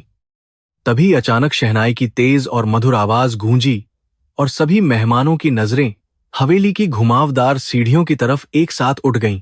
देव का दिल जोर जोर से धड़कने लगा और उसने देखा कि उसकी अनन्या खूबसूरत लाल जोड़े में सजकर धीरे धीरे नीचे उतर रही है। उसके पूरे शरीर पर महंगे सोने और हीरों के जेवर लदे हुए थे, लेकिन उसके चेहरे पर कोई भी खुशी या चमक नहीं थी। वह बिल्कुल एक बेजान और सुंदर मूरत की तरह ही लग रही थी। अपनी पत्नी को एक अरबपति की खूबसूरत दुल्हन के रूप में इस तरह देखकर देव की आंखों से गर्म आंसुओं की एक कभी न रुकने वाली धारा बह निकली। उसे अपनी गरीबी और अपनी उस भयानक बेबसी पर बहुत ज्यादा शर्म और गुस्सा आ रहा था, जिसने उसकी प्यारी पत्नी को इस पास कर हालत में लाकर खड़ा कर दिया था। वह वही खंभे के पीछे खड़ा होकर फूट फूट कर रोने लगा, क्योंकि उसे लग रहा था कि अब सब कुछ हमेशा के लिए खत्म हो चुका है। उसका दिल पूरी तरह से टूटकर बिखर चुका था। अनन्या बहुत ही शांत और स्थिर कदमों से उस भव्य मंडप की तरफ बढ़ रही थी, जहां घमंडी राजवीर सिंघानिया अपने चेहरे पर एक विजयी मुस्कान लिए खड़ा था। राजवीर ने आगे बढ़कर अनन्या का हाथ पकड़ने की कोशिश की, लेकिन अनन्या ने बहुत ही चतुराई से अपना हाथ पीछे कर लिया और सीधे मंडप में जाकर बैठ गई। देव यह सब देख रहा था और उसके मन में एक अजीब सी हलचल हो रही थी कि शायद उसकी पत्नी सच में किसी भारी दबाव में है। वह वहां से अपनी नजरें बिल्कुल भी हटा नहीं पा रहा था। पवित्र अग्नि के चारों तरफ बैठने के बाद पंडित जी ने पूरे विधि विधान के साथ शादी के वे पुराने और पवित्र मंत्र पढ़ने बहुत ही जोर से शुरू कर दिए। सेठ सिंघानिया बहुत ही ज्यादा खुश नजर आ रहे थे, क्योंकि उन्हें लग रहा था कि अब यह खूबसूरत लड़की हमेशा के लिए उनके इस सोने के पिंजरे में कैद हो जाएगी। लेकिन उन्हें इस बात का बिल्कुल भी अंदाजा नहीं था कि अनन्या ने उनके विनाश की पूरी तैयारी बहुत पहले ही कर ली है। अब बस सही समय और मौके का इंतजार था। देव हवेली के एक बड़े और भारी खंभे के पीछे छुप कर खड़ा था और उसकी आंखों से लगातार आंसुओं की गर्म धारा बह रही थी। सामने शादी के उस भव्य मंडप में उसकी जीवन संगिनी अनन्या एक बहुत ही अमीर और घमंडी इंसान के साथ बैठी हुई थी। देव का दिल इस खौफनाक और दर्दनाक दृश्य को देखकर पूरी तरह से टूटकर बिखर चुका था। उसे ऐसा लग रहा था जैसे किसी ने उसके सीने में एक बहुत ही तेज और नुकीला खंजर गहराई तक उतार दिया हो। उसकी सांसें बहुत ही भारी हो रही थीं। वह उन पुराने और खूबसूरत दिनों को याद करने लगा जब वे दोनों अपने उस छोटे से गरीब गांव में एक साथ खुश रहते थे। उस बरगद के पेड़ के नीचे दी गई वह आखिरी विदाई देव की आंखों के सामने बार बार एक चलचित्र की तरह घूम रही थी। उसने अनन्या से वादा किया था कि वह ढेर सारे पैसे कमाकर वापस लौटेगा, लेकिन किस्मत ने उसके साथ बहुत ही क्रूर और भयानक मजाक किया। आज वह एक फटेहाल भिखारी की तरह यहां अपनी ही पत्नी की दूसरी शादी देखने के लिए बहुत मजबूर था। देव को अपनी उस भयंकर गरीबी और बेबसी पर बहुत ज्यादा शर्म और भयंकर गुस्सा आ रहा था, जिसने उसकी जिंदगी तबाह कर दी। उसे लगने लगा था कि शायद सच में यह सारा खेल सिर्फ और सिर्फ पैसों का ही है और प्यार की कोई कीमत नहीं होती। एक गरीब इंसान चाहे कितनी भी कड़ी मेहनत कर ले, लेकिन वह कभी भी इन अमीर और ताकतवर लोगों का मुकाबला नहीं कर सकता। देव के दिमाग में यह बात घर कर गई थी कि दौलत की चमक ने उसकी मासूम पत्नी को पूरी तरह से बदल दिया है। मंडप में बैठे राजवीर सिंघानिया के चेहरे पर एक बहुत ही गंदा और भयानक घमंड साफ तौर पर दिखाई दे रहा था। वह बार बार अपनी उस अपार दौलत और ताकत का दिखावा कर रहा था, जिसके दम पर उसने अनन्या को खरीद लिया था। देव उस क्रूर इंसान को बहुत ही नफरत भरी नजरों से देख रहा था, लेकिन वह कुछ भी करने की स्थिति में बिल्कुल नहीं था। उसके कमजोर और घावों से भरे शरीर में अब इतनी ताकत नहीं बची थी कि वह आगे बढ़कर उस ताकतवर इंसान से कोई लड़ाई कर सके। दूसरी तरफ अनन्या चुपचाप सिर झुकाए बैठी थी और उसके खूबसूरत चेहरे पर कोई भी खुशी या मुस्कान नजर नहीं आ रही थी। वह करोड़ों रुपयों के असली गहनों और महंगे कपड़ों से पूरी तरह लदी हुई थी, लेकिन उसकी आत्मा बहुत ज्यादा तड़प रही थी। देव ने बहुत ही ध्यान से अनन्या के उस उदास चेहरे को देखा और उसे लगा कि उसकी पत्नी सच में किसी भारी दबाव में है। लेकिन फिर भी देव की हिम्मत नहीं हो रही थी कि वह सबके सामने जाकर अपनी पत्नी को इस बंधन से मुक्त करवा सके। पंडित जी पूरे विधि विधान से संस्कृत के वे सभी पवित्र श्लोक पढ़ रहे थे जो दो लोगों को हमेशा के लिए एक करते हैं। हर एक मंत्र के साथ देव के दिल की धड़कन और भी ज्यादा तेज और डरावनी होती जा रही थी। उसे लग रहा था कि जैसे ये मंत्र उसकी अपनी मौत का फरमान सुना रहे हैं और उसकी जिंदगी हमेशा के लिए खत्म होने वाली है। आग की वे लपटें जो मंडप के बीच में जल रही थीं, वे देव के दिल और आत्मा को बहुत ही बुरी तरह से जला रही थीं। देव ने अपने दोनों हाथों से अपना चेहरा पूरी तरह से ढक लिया और वह एक छोटे बच्चे की तरह फूट फूट कर रोने लगा। उसे अपने शरीर के उन गहरे घावों का कोई भी दर्द महसूस नहीं हो रहा था, क्योंकि उसके दिल का दर्द बहुत ज्यादा बड़ा था। 5 साल तक जिस इंसान ने हर भयानक जुल्म सहकर भी अपनी पत्नी के प्यार को अपने सीने में जिंदा रखा था, वह आज हार गया। उसे अपनी उस लंबी और डरावनी कैद से ज्यादा दर्द आज इस शानदार हवेली में खड़े होकर हो रहा था। उसे लगा कि अब उसे चुपचाप यहां से वापस लौट जाना चाहिए, क्योंकि अब अनन्या की जिंदगी में उसके लिए कोई जगह नहीं है। अगर वह अचानक सबके सामने गया तो शायद अनन्या को बहुत ज्यादा शर्मिंदगी और भारी अपमान का सामना करना पड़ सकता है। देव कभी नहीं चाहता था कि उसकी वजह से उसकी पत्नी की यह नई और अमीर जिंदगी किसी भी तरह से खराब हो। उसने सोचा कि वह एक गुमनाम इंसान की तरह हमेशा के लिए किसी अनजान जगह पर चला जाएगा और अपनी बाकी जिंदगी अकेले ही बिताएगा। मंडप में हवन कुंड के अंदर घी और आहुति डालने की रस्म बहुत ही तेजी से चल रही थी और धुआं फैल रहा था। राजवीर अपने एक हाथ से अनन्या का हाथ पकड़ने की बहुत ही बेशर्म कोशिश कर रहा था, लेकिन अनन्या लगातार बच रही थी। देव की नजरें इस दृश्य पर पूरी तरह से जम गई थीं और उसका खून एक बार फिर से बहुत बुरी तरह से खौलने लगा।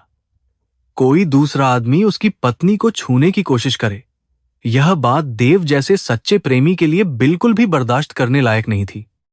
लेकिन फिर देव को अपनी वह फटेहाल स्थिति याद आई और वह अपने कदमों को आगे बढ़ाने से पूरी तरह रुक गया। उसने अपने शरीर पर पहने हुए उन गंदे और फटे कपड़ों को देखा जो कीचड़ और उसके अपने खून से बुरी तरह सने हुए थे। उसे लगा कि वह सच में एक बहुत ही गंदा और नीच इंसान बन चुका है, जो अब अनन्या के लायक बिल्कुल भी नहीं रहा है। उसकी यह भयानक हीन भावना उसे अंदर ही अंदर एक दीमक की तरह बहुत ही तेजी से खाए जा रही थी। हवेली के अंदर बज रहे शहनाई के वे मीठे सुर अब देव के कानों में बहुत ही जहरीले तीरों की तरह चुभ रहे थे। मेहमानों की वह भारी भीड़ जो बहुत ही स्वादिष्ट खाने का आनंद ले रही थी, वह देव को बहुत ज्यादा मतलबी और क्रूर लग रही थी। किसी को भी इस बात की बिल्कुल परवाह नहीं थी कि उस लाल जोड़े में बैठी हुई लड़की के दिल में कितना भयानक दर्द छुपा है। दुनिया का यह बहुत ही गंदा और स्वार्थी रूप देखकर देव का इंसानियत से पूरा भरोसा ही उठ चुका था। देव ने एक आखिरी बार अपने आंसुओं से भरी आंखों से उस मंडप और अपनी सुंदर पत्नी अनन्या को जी भर के देखा।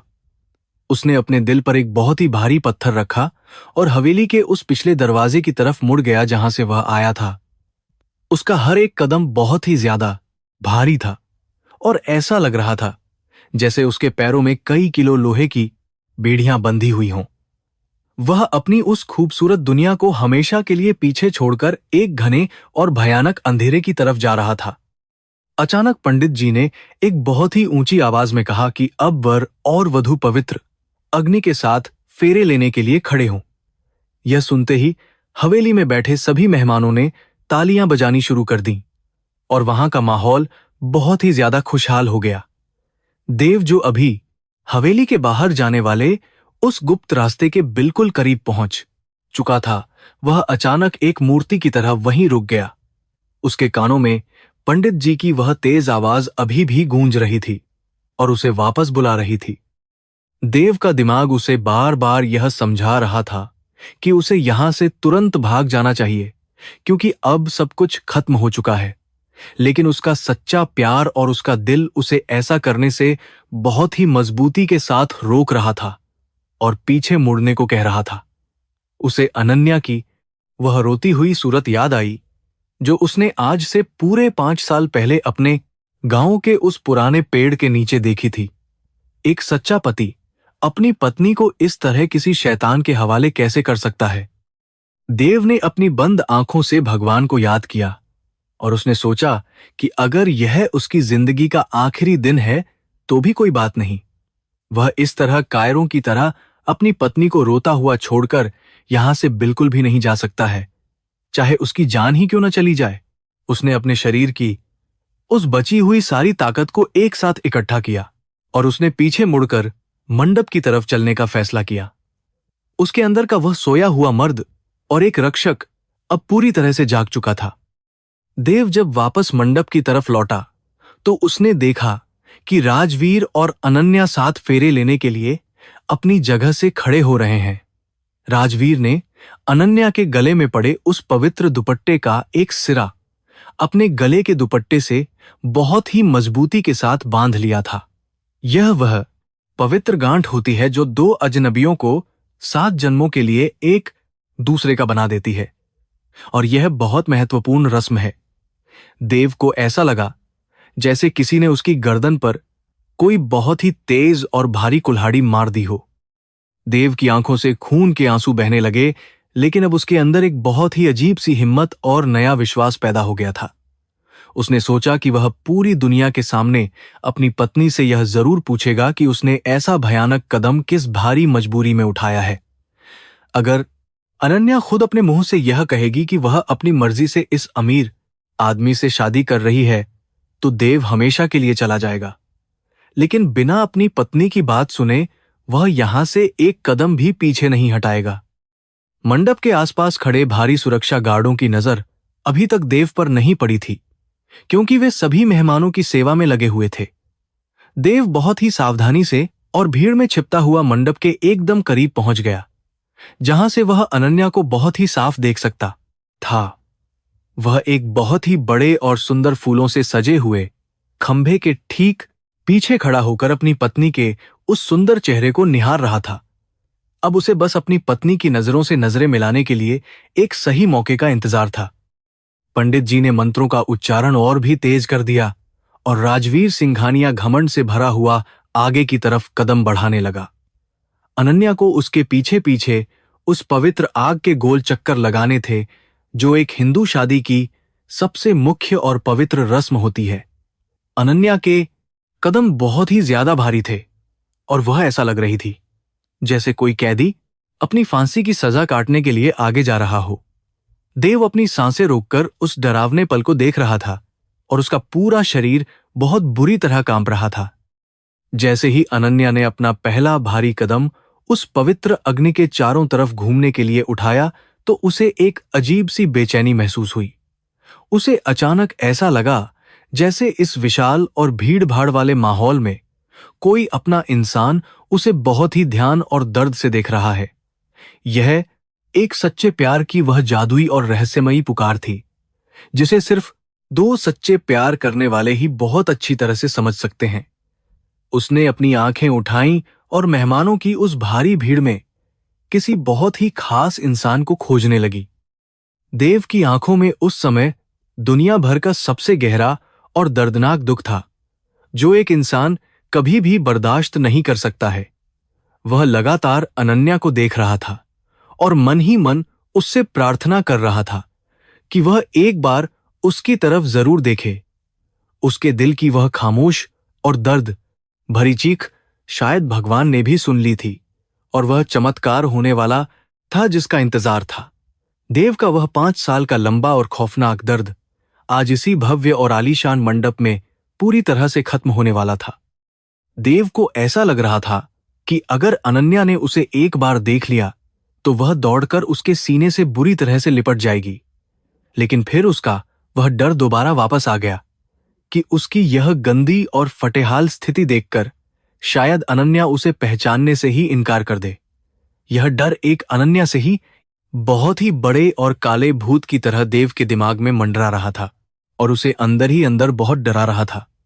वह चाहकर भी अपनी उस जगह से बाहर निकलकर सबके सामने नहीं आ पा रहा था। दूसरी ओर राजवीर सिंघानिया को अनन्या का इस तरह अचानक रुकना और भीड़ में किसी को देखना बिल्कुल भी अच्छा नहीं लग रहा था।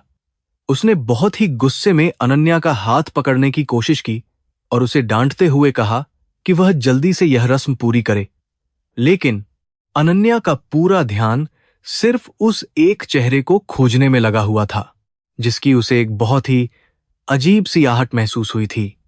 वह राजवीर की किसी भी बात पर बिल्कुल भी ध्यान नहीं दे रही थी और उसका दिल जोर से धड़क रहा था।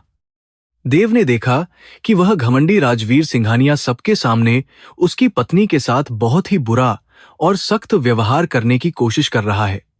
यह देखकर देव का वह बचा हुआ थोड़ा सा संयम भी पूरी तरह से टूट गया और उसकी आंखों में फिर से खून उतर आया। वह अपनी पत्नी को किसी भी हाल में इस क्रूर राक्षस का शिकार नहीं होने दे सकता था, चाहे इसके लिए उसे कुछ भी करना पड़े। उसने अपने दोनों हाथों की मुट्ठियों को बहुत ही कसकर बंद कर लिया और वह गुस्से से थर थर कांपने लगा। हवेली के बाहर बहुत ही तेज और डरावने बादल गरजने लगे, जैसे प्रकृति भी देव के उस भयानक दर्द और गुस्से का पूरा साथ दे रही हो। वह खौफनाक रात और वह भव्य शादी का मंडप आज एक बहुत ही बड़े और ऐतिहासिक तूफान का सबसे बड़ा और मुख्य गवाह बनने वाले थे। देव का वह भिखारी जैसा रूप अब एक बहुत ही खतरनाक और भयानक योद्धा में बदल चुका था, जिसे अब किसी का भी डर नहीं था। वह अपनी जान की बाजी लगाकर भी अपनी पत्नी को उस दुष्ट राक्षस के चंगुल से जरूर बचाएगा। सभी मेहमान बहुत ही ज्यादा हैरान और परेशान थे कि आखिर दुल्हन इस तरह बीच मंडप में रस्म रोककर अचानक क्यों खड़ी हो गई है। सेठ सिंघानिया का चेहरा भी बहुत बुरी तरह से लाल हो चुका था, क्योंकि उनके लिए उनकी झूठी इज्जत ही दुनिया में सबसे बड़ी चीज थी। वे बार बार इशारों से राजवीर को कह रहे थे कि वह किसी भी तरह से इस लड़की को काबू में करे और शादी जल्दी पूरी करे। लेकिन आज उस मंडप में कुछ ऐसा बड़ा और भयानक होने वाला था जिसकी किसी ने सपने में भी कल्पना नहीं की थी। देव की सांसें बहुत ही तेज चल रही थीं और उसने अपने दिल की धड़कनों को काबू में करने की एक बहुत ही नाकाम कोशिश की। वह जानता था कि अब पीछे हटने का कोई भी रास्ता नहीं बचा है और उसे अपने और अपनी पत्नी के सम्मान के लिए लड़ना ही होगा। उसने अपनी उसकी ज़ैनते बहुत ही के पुरानी और फटी हुई शर्ट की आस्तीनों को धीरे से ऊपर मोड़ा और उस भारी भीड़ को चीरते हुए आगे बढ़ने का फैसला किया। आज इस भव्य और आलीशान हवेली में न्याय और अन्याय के बीच एक बहुत ही बड़ा और अंतिम फैसला होने वाला था। अनन्या ने जैसे ही अग्नि के चारों ओर घूमने के लिए अपना पहला कदम उठाया, उसे एक बहुत ही जानी पहचानी आहट महसूस हुई। उसने अचानक अपने कदम रोक लिए और उसकी बेचैन आंखें मेहमानों की उस भारी भीड़ में किसी को बहुत ही पागलों की तरह खोजने लगीं। तभी उसकी नजर उस फूलों से सजे हुए बड़े खंभे के पीछे छिपे हुए एक बेहद कमजोर और फटेहाल इंसान पर जाकर पूरी तरह से ठहर गई। वह इंसान फूट फूट कर रो रहा था। उस इंसान के कपड़े पूरी तरह से कीचड़ और जमे हुए खून से सने हुए थे और उसके चेहरे पर गहरे घावों के बहुत ही डरावने निशान मौजूद थे। लेकिन अनन्या को उस इंसान को पहचानने में एक पल की भी देरी नहीं लगी, क्योंकि वह उन आंखों को लाखों की भीड़ में भी आसानी से पहचान सकती थी। वह कोई और नहीं बल्कि उसका अपना पतिदेव था, जिसके लिए उसने पूरे 5 साल तक खून के आंसू रोकर इंतजार किया था। अपने पतिदेव को इस भयानक और डरावनी हालत में जिंदा देखकर अनन्या के शरीर में जैसे बिजली सी दौड़ गई और उसका खून खौल उठा। उसने बिना एक भी पल सोचे उस पवित्र अग्नि के फेरे लेने से साफ इनकार कर दिया और वह अपनी जगह पर एक पत्थर की मूर्ति की तरह खड़ी हो गई। यह देखकर पंडित जी बहुत ज्यादा घबरा गए और राजवीर सिंघानिया का घमंड से भरा हुआ चेहरा भी बहुत बुरी तरह से लाल हो गया। राजवीर ने बहुत ही ज्यादा गुस्से में अनन्या का हाथ पकड़ने की कोशिश की और उस पर जोर से चिल्लाया कि वह यह रस्म जल्दी से पूरी करे। लेकिन अनन्या ने एक झटके में अपना हाथ छुड़ा लिया और अपने गले में पड़ी हुई उस भारी और महंगी वरमाला को बहुत ही नफरत के साथ तोड़ दिया। उसने वह टूटी हुई माला सीधे उस जलती हुई पवित्र आग में फेंक दी, जिसे देखकर वहां मौजूद सभी मेहमानों के मुंह से एक तेज चीख निकल गई। यह भारी अपमान देखकर राजवीर का घमंड पूरी तरह से टूट गया और उसने अनन्या को बालों से पकड़ने के लिए अपना हाथ बहुत तेजी से आगे बढ़ाया, लेकिन इससे पहले कि राजवीर का गंदा हाथ अनन्या को छू पाता, अनन्या ने अपने पूरे हाथ की ताकत लगाकर राजवीर के मुंह पर एक बहुत ही जोरदार तमाचा जड़ दिया। उस जोरदार थप्पड़ की आवाज पूरे मंडप में गूंज उठी और उस विशाल हवेली में एक बहुत ही डरावना और गहरा सन्नाटा छा गया। सेठ सिंघानिया अपने बेटे का यह भयानक अपमान देखकर अपनी शाही कुर्सी से गुस्से में कांपते हुए खड़े हो गए और उन्होंने अपने गार्डों को जोर से आवाज लगाई। उन्होंने आदेश दिया कि इस नीच लड़की को तुरंत बंदी बना लिया जाए, क्योंकि इसने सिंघानिया परिवार की इज्जत को पूरी दुनिया के सामने मिट्टी में मिला दिया है। लेकिन अनन्या बिल्कुल भी नहीं डरी। वह पीछे हटी और उसने संगीत वाले मंच पर रखा हुआ एक बड़ा सा माइक्रोफोन अपने हाथों में मजबूती से पकड़ लिया। अनन्या ने उस माइक्रोफोन के जरिए बहुत ही ऊंची और गरजती हुई आवाज में वहां मौजूद सभी बड़े मेहमानों, राजनेताओं और मीडिया के कैमरों को संबोधित करना शुरू किया। उसने कहा कि मेरा नाम अनन्या सिंघानिया बिल्कुल नहीं है, बल्कि मैं उस महान और सच्चे मछुआरे देव की पत्नी अनन्या देव हूं। मैं यहां इस शैतान से शादी करने नहीं आई थी, बल्कि इन भेड़ियों के असली और भयानक चेहरे को पूरी दुनिया के सामने बेनकाब करने के लिए आई थी। उसने अपनी उंगली सीधे सेठ सिंघानिया की तरफ उठाते हुए कहा कि आप सब जिस इंसान को एक बहुत बड़ा और महान अरबपति समझते हैं, वह असल में एक बहुत बड़ा राक्षस है। इस नीच इंसान ने अपनी यह बेशुमार दौलत और यह सोने की हवेली हजारों गरीब और मासूम लोगों के खून और उनकी हड्डियों की नींव पर खड़ी की है। ये लोग इंसानों का व्यापार करते हैं और गरीबों को जानवरों की तरह बंधक बनाकर उनसे जबरन भारी मजदूरी करवाते हैं। राजवीर ने अपने आदमियों को अनन्या से वह माइक छीनने का आदेश दिया, लेकिन तभी भीड़ में से एक बहुत ही निडर और मशहूर पत्रकार आगे निकलकर आ गया। यह वही ईमानदार पत्रकार था जिसे अनन्या ने पिछली रात हवेली के उस गुप्त कमरे से निकाले गए सारे सबूत और वो पेन ड्राइव बहुत ही सावधानी से भेजी थी।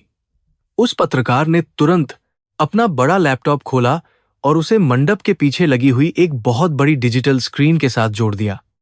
अगले ही पल उस बड़ी स्क्रीन पर सिंघानिया परिवार के उन सभी गुप्त और काले रजिस्टरों की तस्वीरें एक के बाद एक बहुत ही साफ तरीके से दिखाई देने लगीं।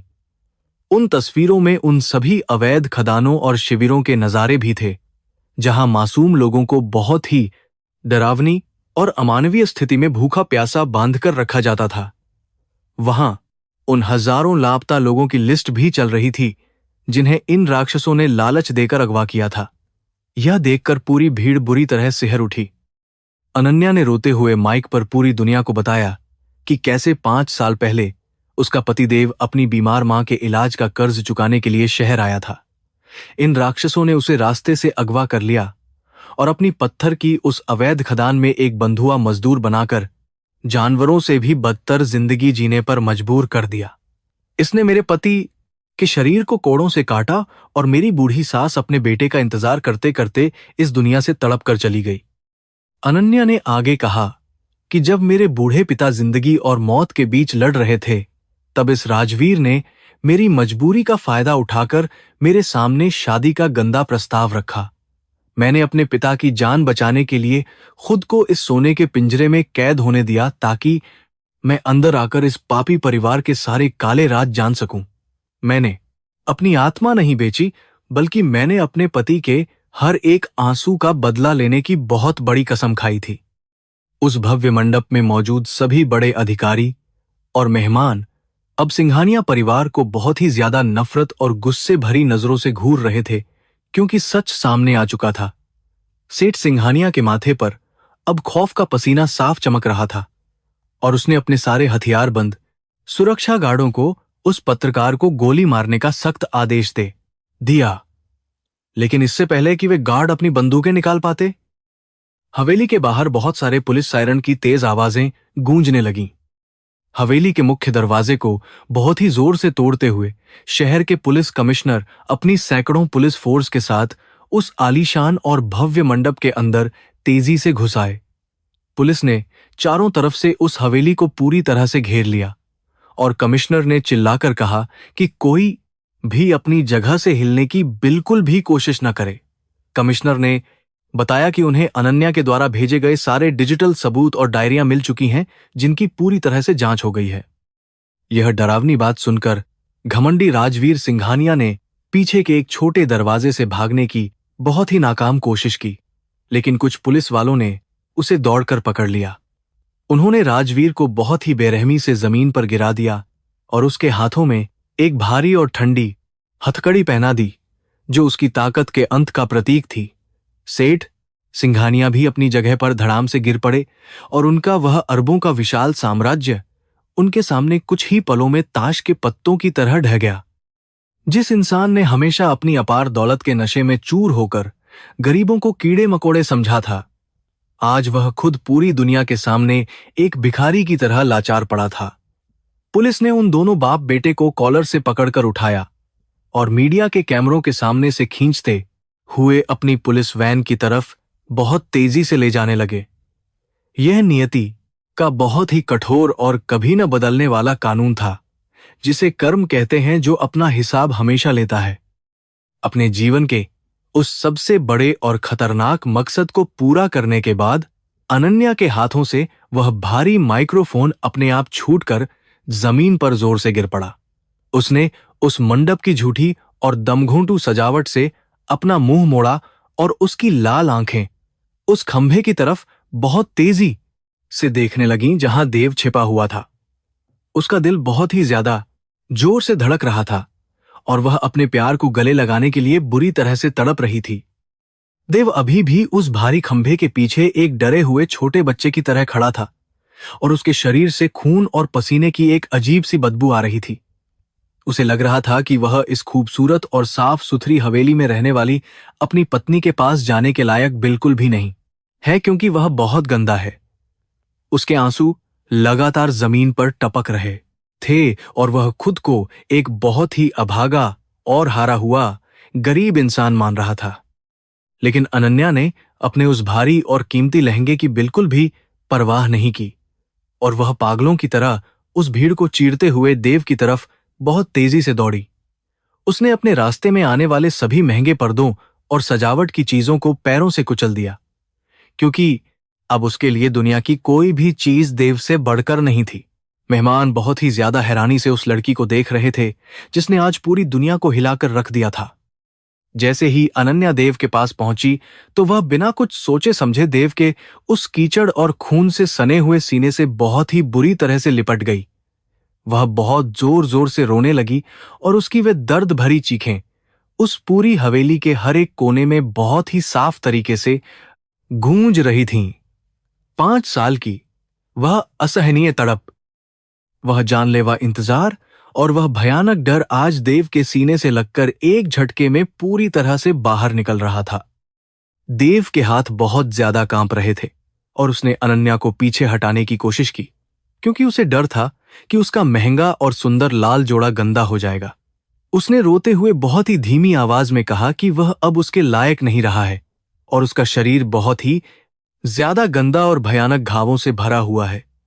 लेकिन अनन्या ने देव के दोनों हाथों को बहुत ही मजबूती से पकड़ा और उन्हें अपनी कमर के चारों तरफ कसकर लपेट लिया।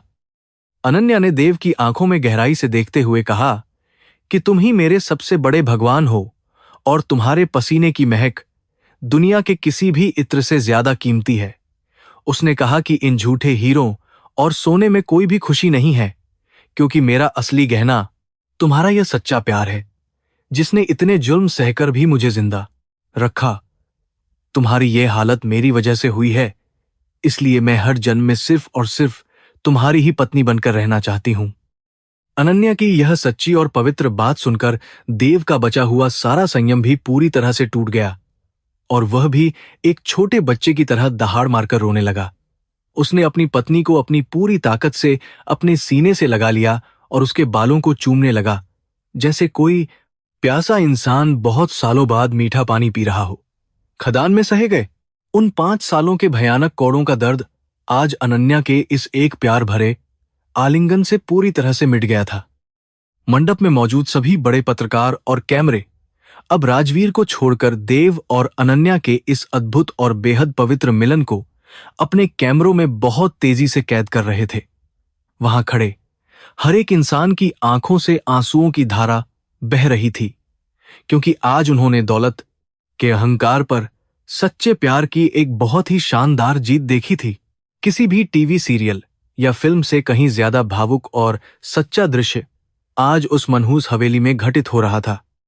पुलिस कमिश्नर ने खुद आगे बढ़कर अनन्या को सैल्यूट किया और कहा कि तुमने अपनी जान पर खेलकर जो महान काम किया है वह पुलिस विभाग भी आसानी से नहीं कर पाता। कमिश्नर ने तुरंत अपनी पुलिस टीम को उस अवैध खदान वाले जंगल की तरफ रवाना कर दिया ताकि देव के उन सभी गरीब साथियों को वहां से जल्दी से आजाद कराया जा सके।